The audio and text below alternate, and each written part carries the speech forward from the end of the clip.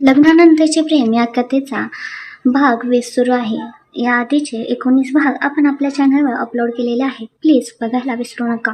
वेदांचे ओठ सायलीच्या त्या थरथरणाऱ्या ओठांवर अत्यंत वाईल्ड आणि पॅशनेट पद्धतीने लॉक झाले होते. त्या दोघांच्याही मनात इतक्या महिन्यापासून साठलेला तो राग, तो इगो, तो गैरसमज सगळं काही त्या एका किसमध्ये जळून खाक होत होतं. त्या वाईनची हलकीशी नशा आणि सायलीच्या त्या उघड्या खांद्यांचा स्पर्श वेदांतला पूर्णपणे आउट ऑफ कंट्रोल करत होता. त्याचा एक हात सायलीच्या उघड्या पाठीवर घट्ट आवळलेला होता आणि दुसरा हात तिच्या चेहऱ्याला धरून होता. सायलीचे दोन्ही हात वेदांच्या मानेभोवती वेळखा घालून होते.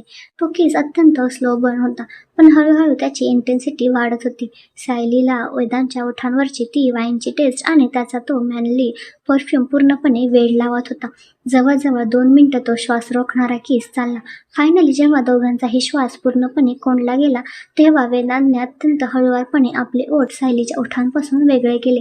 दोघांचीही छाती वेगाने वर खाली होत होती. सायलीचे डोळे अजूनही मिटलेले होते.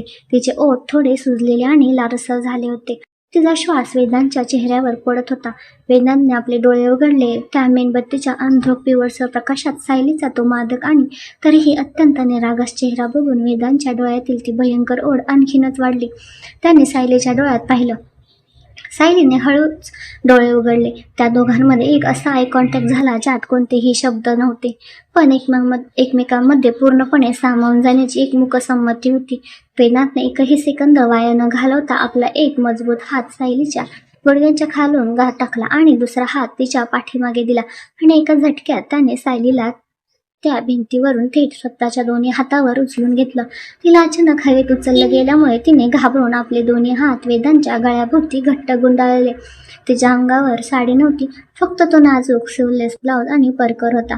तिचं ते उघडं शरीर वेदांच्या त्या गरम छातीला पूर्णपणे घासत होतं. सायलीला इतकी भयंकर लाज वाटली की तिने आपला चेहरा थेट वेदांच्या छातीवर लपवून टाकला. वेदांच्या ओठावर एक स्माईल आली. त्याने सायलीला स्वतःच्या बाहूंमध्ये एकदम घट्ट पकडलं, जणू ते एखादी अत्यंत नाजूक काचेची बाहुली असावी. तो अत्यंत संत आणि भारी पावलं टाकत त्या छोट्याशा बेडच्या दिशेने चालू लागला. त्याच्या प्रत्येक पावलासोबत सायलीच्या हृदयाची धडधड वाढत होती. तिला जाणवत होते की आज रात्री काहीतरी खूप मोठं आणि इंटेन्स घडणार आहे. वेदांत बेडच्या जवळ आला. त्याने अत्यंत हळवारपणे, अगदी फुलासारखं सायलीला त्या मऊ गादीवर झोपवलं. बेडची ती थंडगार बेडशीट आणि सायलीच्या अंगातील ती वाईनची उष्णता यांचं एक वेगळंच कॉम्बिनेशन फील होत होतं. सायलीने बेडवर झोपल्यावर लाजेने आपले डोळे खाली वळवले. तिचे हात नकळत स्वतःच्या उघड्या खांद्यांना कव्हर करण्याचा प्रयत्न करू लागले, पण वेदांत तिथेच बेडच्या काठावर उभा होता. त्याची नजर सायलीवरून हटतच नव्हती. त्या अंधुक प्रकाशात सायलीचं ते सौंदर्य, तिची ती घाबरलेली पण तरीही ओढीने भरलेली अवस्था वेदांतला आतून भयंकर वेड लावत होती. वेदांतने आपले दोन्ही हात स्वतःच्या शर्टच्या कॉलरकडे नेले. सायलीने हळूच नजरेच्या कोपऱ्यातून पाहिलं. वेदांत अत्यंत स्लो मोशनमध्ये स्वतःच्या शर्टची उरलेली बटणं उघडू लागला. त्याची बोटं एक एक करून बटन काढत होती आणि सायलीचा श्वास त्या प्रत्येक बटनासोबत जड होत होता. वेदांतने पूर्ण शर्ट उघडला आणि एका झटक्यात तो शर्ट स्वतःच्या अंगावरून काढून बाजूला फेकून दिला. सायलीचे डोळे एका सेकंदात विस्फारले. मेणबत्तीच्या त्या हलणाऱ्या प्रकाशात वेदांतची ती अत्यंत पिळदार, ब्रॉड आणि मस्क्युलर बॉडी सायलीच्या थेट नजरेस पडली. त्याच्या छातीवर आणि पोटावर असलेले ॲब्स, त्याचे ते मजबूत खांदे आणि त्याच्या अंगावर आलेला तो हलकासा घाम. सायलीने त्या याआधी कधीही कोणत्याही पुरुषाला इतक्या जवळून आणि अशा अवस्थेत पाहिलं नव्हतं. तिला तो सीन बघून अक्षरशः घामच फुटला.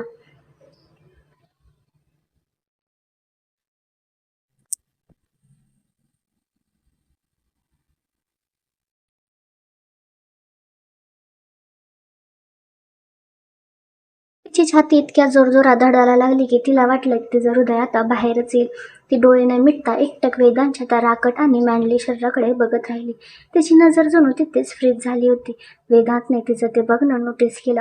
सायलीचा जो एकदम इनोसेंट, घाबरलेला आणि तरीही अट्रॅक्ट झालेला लुक बघून वेदांच्या ओठांवर एक अत्यंत मादक आणि हलकंसं हसू आलं. तो बेडवर गुडघा टेकून पुढे आला. त्याने स्वतःचा पूर्ण भार स्वतःच्या हातांवर दिला आणि तो थेट सायलीच्या अंगावर आला. वेदांत सायलीच्या अंगाला स्पर्श न करता तिच्या अगदी वर होता. त्याच्या शरीराची ती भयंकर उष्णता सायलीला स्पष्ट जाणवत होती. सायलीचा श्वास अडकला. तिने आपले दोन्ही हात बेडशीटवर घट्ट आवळले. वेदांतने अत्यंत इंटेन्स नजरेने तिच्या डोळ्यात पाहिलं. त्याला जाणवलं की सायली खूप नर्वस आहे. त्याने आपला एक हात हळूच तिच्या चेहऱ्याजवळ नेला आणि अत्यंत हळुवारपणे तिच्या गालावरून बोट फिरवलं. घाबरू नकोस. वेदांचा आवाज मवाळ होता. मी तुला कोणताही त्रास देणार नाही. त्याच्या त्या शब्दांनी आणि त्या डोळ्यातल्या प्रेमाने सायलीला आतून खूप मोठं रिलॅक्सेशन फील झालं.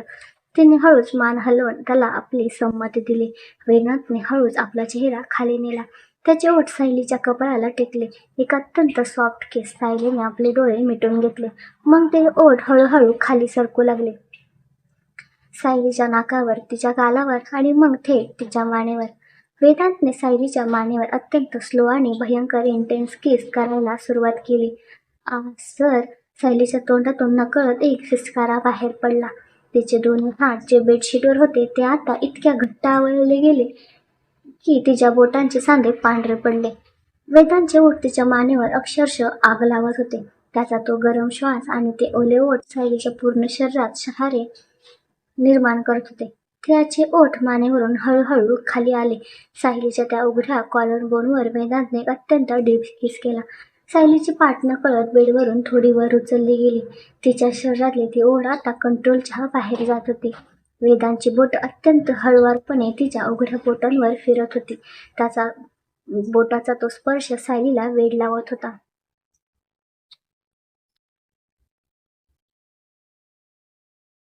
वेदांचे ओठ आता तिच्या छातीच्या वरच्या भागावरून हळूहळू तिच्या पोटाकडे सरकले.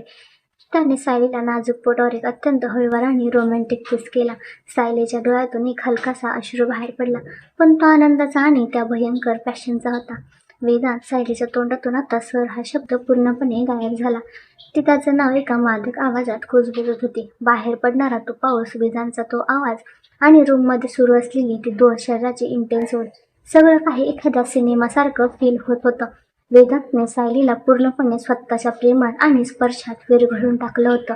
आणि मग तो क्षण आला जेव्हा ते दोघे खऱ्या अर्थाने एक होणार होते.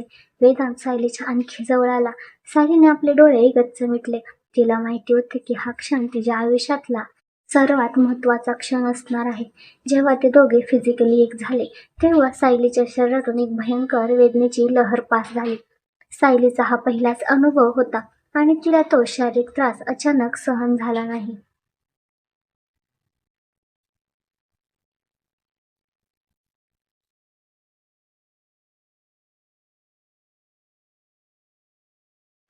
ऐक गं, सायलीच्या तोंडातून वेदनेने भरलेली एक हलकीशी किंकाळी बाहेर पडली. तिचे डोळे खऱ्या अश्रूने भरले. त्या वेदनेमुळे तिने वेदांच्या उघड्या खांद्याला स्वतःच्या नखांनी घट्ट पकडलं. तिची नखं वेदांच्या पाठीत रुतली.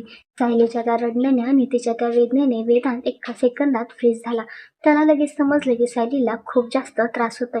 त्याने स्वतःची कोणतीही हालचाल तिथेच थांबवली.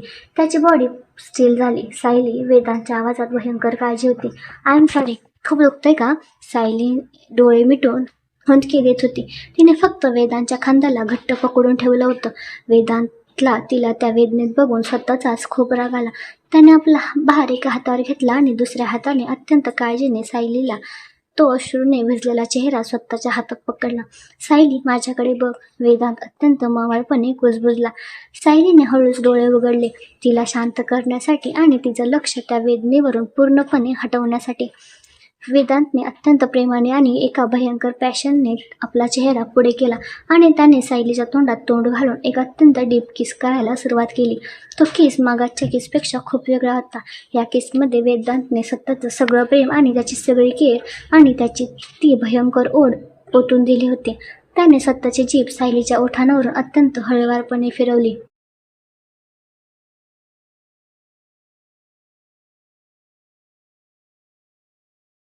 सायलीला त्या केसमध्ये इतकं इंटेन्स फील झालं की तिचं पूर्ण लक्ष त्या वेदनेवरून हटलं. तिने वेदांच्या मानेभोवती आपले हात घट्ट विळखा घातले आणि ती सुद्धा त्या केसमध्ये पूर्णपणे हरवून गेली. वेदांचा तो स्पर्श, त्याचा तो किस आणि त्याच्या शरीराची ती उष्णता, या सगळ्यामुळे सायलीची ती वेदना हळूहळू कमी होऊ लागली आणि त्या वेदनेची जागा एका सुखाच्या आणि ओढीच्या भावनेने घेतली. सायलीने पूर्णपणे स्वतःला वेदांच्या स्वाधीन करून टाकलं.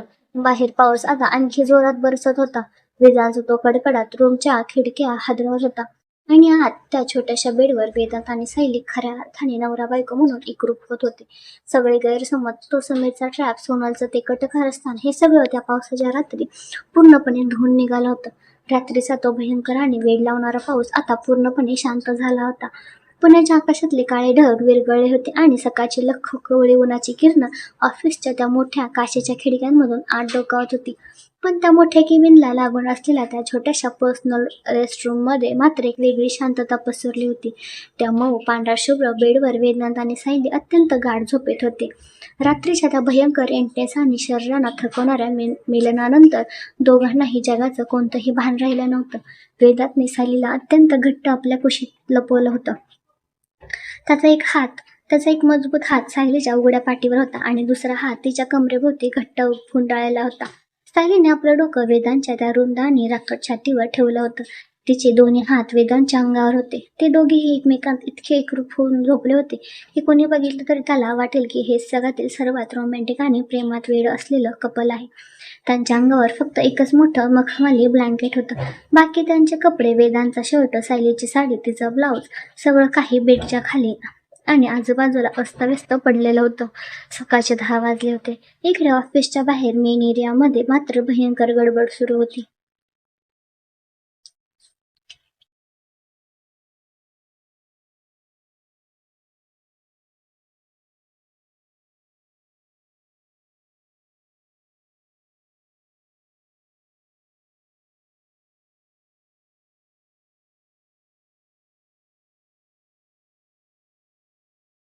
सगळे स्टाफ मेंबर्स आपापल्या जागेवर बसले होते, पण कुणाचंच कामात लक्ष नव्हतं. शालिनी, जी वेदांची पीए होती, ती वेड्यासारखी केबिनकडे फेऱ्या मारत होती. काय झालं शालिनी मॅडम? एका एम्प्लॉईंनी विचारलं. बॉस अजून आले नाहीत का? तेच तर समजत नाहीये मला, शालिनी घड्याळाकडे बघत म्हणाली. वेदांत सर गेल्या 5 वर्षात कधीच 9:30च्या पुढे लेट झाले नाहीत. आज 10 वाजलेत आणि त्यांचा फोन पण स्विच ऑफ येतोय. आणि ती नवी असिस्टंट सायली मॅडम, त्या सुद्धा अजून आल्या नाहीत. ऑफिसमध्ये एकच कुजबुजसार झाले. तेवढ्यात लिफ्टचा दरवाजा उघडला आणि समीर अत्यंत रिलॅक्स आणि हसत हसत ऑफिसमध्ये आला. त्याने एक कॅज्युअल जीन्स आणि शर्ट घातला होता.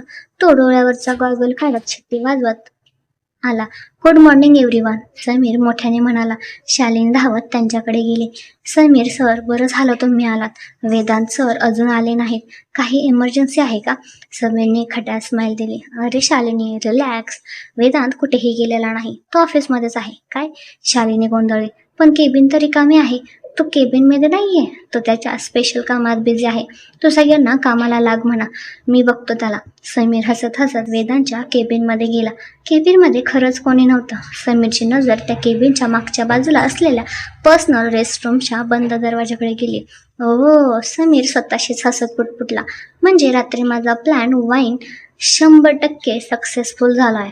काय वेदांत भावा, रात्रभर ऑफिसमध्येच मुक्काम ठोकलास वाटतं. समीरला माहिती होतं की वेदांत आणि सायली आतमध्ये आहेत आणि त्याला आता त्यांची मज्जा घ्यायची होती. तो मुद्दाम त्या दरवाजाजवळ गेला. त्याने कान लावून ऐकण्याचा प्रयत्न केला. आतून काहीच आवाज येत नव्हता. समीरने एक अत्यंत मिश्किल हसू दिलं आणि त्याने स्वतःचा हात उगारून त्या बंद दरवाजावर जोरात नॉक केलं. ठक ठक. अरे वेदांत, कुठे आहेस बाबा? मीटिंगची वेळ झाली, दरवाजा उघड, समीर जोरात ओरडला. त्या जोराच्या आवाजाने आतल्या रूममध्ये वेदांत आणि सायलीची झोप अचानक मोडली.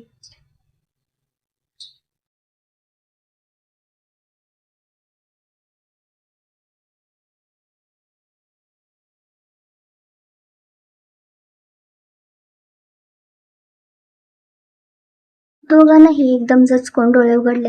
जसे त्यांचे डोळे उघडले तसं दोघांचंही डोकं वाईनच्या त्या हँगओव्हरमुळे भयंकर दुखायला लागलं. वेदांतने आपले एक हात स्वतःच्या डोक्यावर ठेवला. काय दुखतंय यार हे डोकं? सायलीने सुद्धा आपले डोळे चोळले. तिला समजत नव्हतं ती कुठे आहे. पण जेव्हा ती भानावर आली तेव्हा तिला जाणवलं की ती कोणाच्या तरी खुशीत झोपले. तिने हळूच मान वर करून पाहिलं आणि तिचे डोळे अक्षरशः विस्फारले. तिच्या अगदी समोर एका इंचाच्या अंतरावर वेदांतचा चेहरा होता. तोही झोपेतून नुकताच उठला होता आणि भयंकर सगळ्यात भयंकर गोष्ट म्हणजे त्या दोघांच्याही अंगावर कपडे नव्हते. ते फक्त एका ब्लँकेटमध्ये पूर्णपणे एकमेकांच्या मिठीत अडकलेले होते. सायलीचा श्वास जणू घशातच अडकला. तिची अवस्था अशी झाली जणू कोणीतरी तिला अचानक आकाशातून खाली फेकले. तिने झटक्यात खाली पाहिलं. जमिनीवर तिचे काल रात्रीचे कपडे आणि वेदांतचा शर्ट अस्ताव्यस्त पडलेला होता. आई ग! सोनलच्या तोंडातून नकळत एक घाबरलेली किंकाळी बाहेर पडली. वेदांतने सुद्धा डोळे उघडले आणि त्याने सायलीला बघितलं. मग त्याची नजर स्वतःच्या उघड्या शरीराकडे गेली. वेदांतने डोळे सुद्धा शॉकने पूर्णपणे फाटले. What the! वेदांत जोरात ओरडला. तेवढ्यात त्याने स्वतःच्या तोंडावर हात ठेवला. रूममध्ये एक अशी भयंकर, ऑकवर्ड, शॉकिंग आणि पॅनिकने भरलेली शांतता पसरली की दोघांनाही काय बोलावं किंवा काय करावं हेच समजेना. सायलीला इतकी भयंकर लाज वाटली की तिने एका सेकंदात ते बेडवरचं जाड ब्लँकेट पूर्णपणे स्वतःच्या अंगाभोवती गुंडाळून घेतलं. ती त्या ब्लँकेटमध्ये जणू स्वतःला पूर्णपणे लपवण्याचा प्रयत्न करत होती. तिचा चेहरा लाजेने लालबुंद झाला होता. वेदांत मात्र ब्लँकेट ओढल्यामुळे बेडवर तसाच उघडा राहिला. त्याने पटकन एक उशी उचलली आणि स्वतःच्या समोर पकडली. हे काय झाले सायली? वेदांत डोकं पकडून विचारत होता. त्याचा चेहरा पूर्णपणे ब्लँक झाला होता. आपण इथे असे? मला काहीच माहिती नाहीये सर. सायली ब्लँकेटच्या आतून थरथरत आणि रडवेली होऊन म्हणाली. काल रात्री आपण ज्यूस पिलं आणि मग दोघांनीही रात्रीचा विचार करण्याचा खूप प्रयत्न केला, पण दोघांनाही काहीही आठवत नव्हतं. त्या समीरने मिक्स केलेल्या वाईनचा परिणाम असा होता की रात्री घडलेला तो पूर्ण वाईल्ड आणि इंटेन्स रोमॅन्स दोघांच्याही मेमरीमधून जणू डिलीट झाला होता. त्यांना फक्त एवढंच आठवत होतं की ते सोफ्यावर बसले होते आणि मग त्यांनी ज्यूस पिला. Shit shit shit! वेदांत रागाने आणि फ्रस्ट्रेशनने स्वतःच्या कपाळावर हात मारून घेत होता. कसं शक्य आहे हे? आपण एकत्र? तेवढ्यात बाहेरून समीरचा आवाज पुन्हा आला. अरे वेदांत, काय आत झोपून राहिलास का? दरवाजा उघड यार, क्लायंट्स आलेत. समीर मुद्दाम जोरात ओरडत होता. समीरचा तो आवाज ऐकून वेदांत आणि सायली दोघांच्याही काळजाचा ठोका चुकला. अरे देवा, समीर बाहेर आहेत! सायली भीतीने थरथर कापू लागली. सर, ते जर आत आले तर ते आपल्याला असं बघतील. वेदांतला भयंकर घाम फुटला. तू शांत बस सायली, वेदांत पॅनिक मोडमध्ये म्हणाला. त्याला आत येऊ देणार नाही मी. वेदांत झटक्यात बेडवरून उठला. त्याने जमिनीवर पडलेली स्वतःची पॅन्ट कशीबशी उचलली आणि तो एका पायावर उड्या मारत पॅन्ट घालण्याचा प्रयत्न करू लागला. तो सीन खूपच फनी आणि कॉमेडी होता. ज्या वेदांतच्या हकीदाराला पूर्ण ऑफिस घाबरायचं, तो नेहमी एका रोगाबाद वावरायचा, तो आज स्वतःच्याच केबिनमध्ये स्वतःची पॅन्ट घालण्यासाठी एका पायावर नाचत होता. वेदांतने कशीबशी पॅन्ट घातली. त्याने जमिनीवरचा आपला शर्ट उचलला आणि तो घाईघाई बाथरूमच्या दिशेने पळाला. मी बाथरूममध्ये शर्ट घालतो, तू पटकन तुझे कपडे घाल सायली. वेदांत बाथरूममध्ये घुसला आणि त्याने दार बंद केलं. सायलीने एक खोल श्वास घेतला. ती पूर्णपणे ब्लँकेटमध्ये गुंडाळलेली होती. तिने थरथरत्या हाताने जमिनीवर पडलेले कपडे उचलले. ते बेडवरून उठले, पण जशी ती उभी राहिली तिला अचानक स्वतःच्या पाठीवर आणि मानेवर एक अत्यंत हलकीची जळजळ जाणवली. तिने तिथे असलेल्या मोठ्या आरशात पाहिलं आणि तिला जे दिसलं ते बघून ती लाजेने पाणी झाली. तिच्या गोऱ्या मानेवर, तिच्या खांद्यावर आणि तिच्या पाठीवर वेदांच्या त्या वाईट केसमुळे आलेले ते स्पष्ट लालसर लव बाईट्स दिसले होते. सायलीने पटकन स्वतःच्या तोंडावर हात ठेवला. हे देवा, हे सगळं! सायली स्वतःशीच कुजबुजली. रात्री नक्कीच काय घडलंय?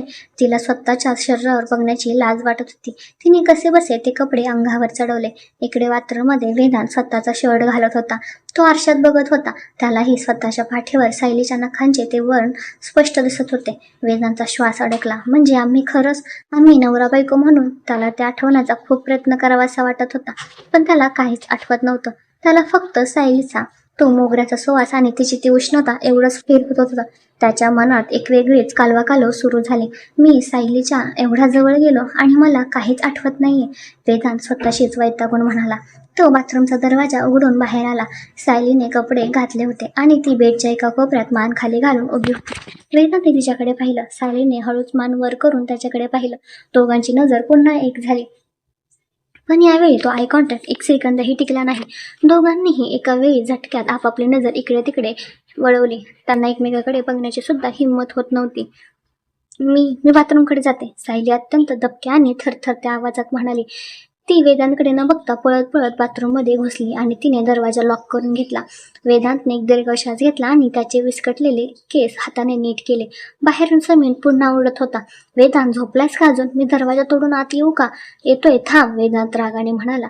वेदांतने स्वतःच्या शर्टची बटणं लावली, पण काल रात्रीच्या त्या रोमॅन्टिक तडाख्यात त्याच्या शर्टचे 2 बटणं तुटले होते हे त्याच्या लक्षात आलं नाही. त्याने जाऊन रूमची कडी हळूच उघडली. त्याने दरवाजा फक्त थोडासा उघडला, जेणेकरून समीरला आजचं काही दिसणार नाही. समीर दारात उभा होता. त्याच्या चेहऱ्यावर एक अत्यंत खट्याळ स्माईल होती. काय रे भावा, एवढा वेळ लागतो का दरवाजा उघडायला?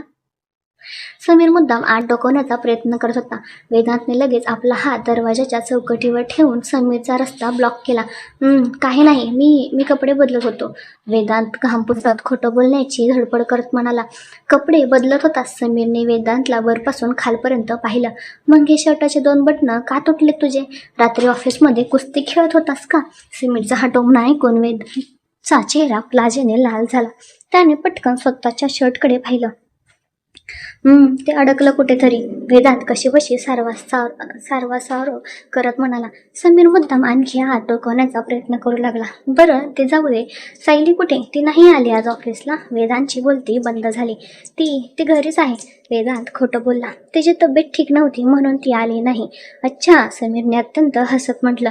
पण काल रात्री मला असं का वाटलं की तुम्ही दोघं सोबत ऑफिसमध्ये होता आणि बाहेरून मी जेव्हा केबिन बघितलं तेव्हा मला इमर्जन्सी लॅब सुद्धा चालू दिसला. वेदांतला वाटलं आता या समीरचं थोबाड फोडावं, पण तो काहीच करू शकत नव्हता. तो वेडा झालाय समीर, वेदांत म्हणाला. आम्ही कालच गेलो घरी, तू जा बाहेर, मी आलोच. वेदांतने घाई दरवाजा बंद करण्याचा प्रयत्न केला, पण समीरने मुद्दाम आपला पाय दरवाजाच्या मध्ये घातला. अरे थांबणे भावा, एवढी घाई काय आहे? समीर हसत म्हणाला. मला फक्त एवढंच सांग, काल रात्री जे वाईन जे ज्यूस मी फ्रीजमध्ये ठेवलं होतं ते तुम्ही पिलं का? हे ऐकताच वेदांतचे डोळे विस्फारले. ज्यूस म्हणजे? वेदांतला आता हळूहळू सगळी लिंक लागायला लागली होती. समीरने त्याला डोळा मारला. हा, Vedant Jahagirdar, welcome to the new life. आता तरी इगो सोडून दे आणि वहिनींना एक्सेप्ट कर. समीर खळखळून हसत तिथून निघून गेला. वेदांत तिथे दारात सुन्न होऊन उभा राहिला. त्या समीरने ज्यूसमध्ये वाईन मिक्स केली होती. वेदांत दात खात स्वतःशीच पुसपुटला. आता वेदांतला आणि सैलीला ऑफिसमध्ये एकमेकांसमोर कसं काम करावं लागणार, तो ऑकवर्डनेस ते कसं हँडल करतील आणि सायलीच्या अंगावरचे ते मार्क्स बघून वेदांत काय रिॲक्ट करेल हे बघण्यासाठी प्लीज पुढचा भाग नक्की बघा. आणि तुम्हाला हा भाग आवडला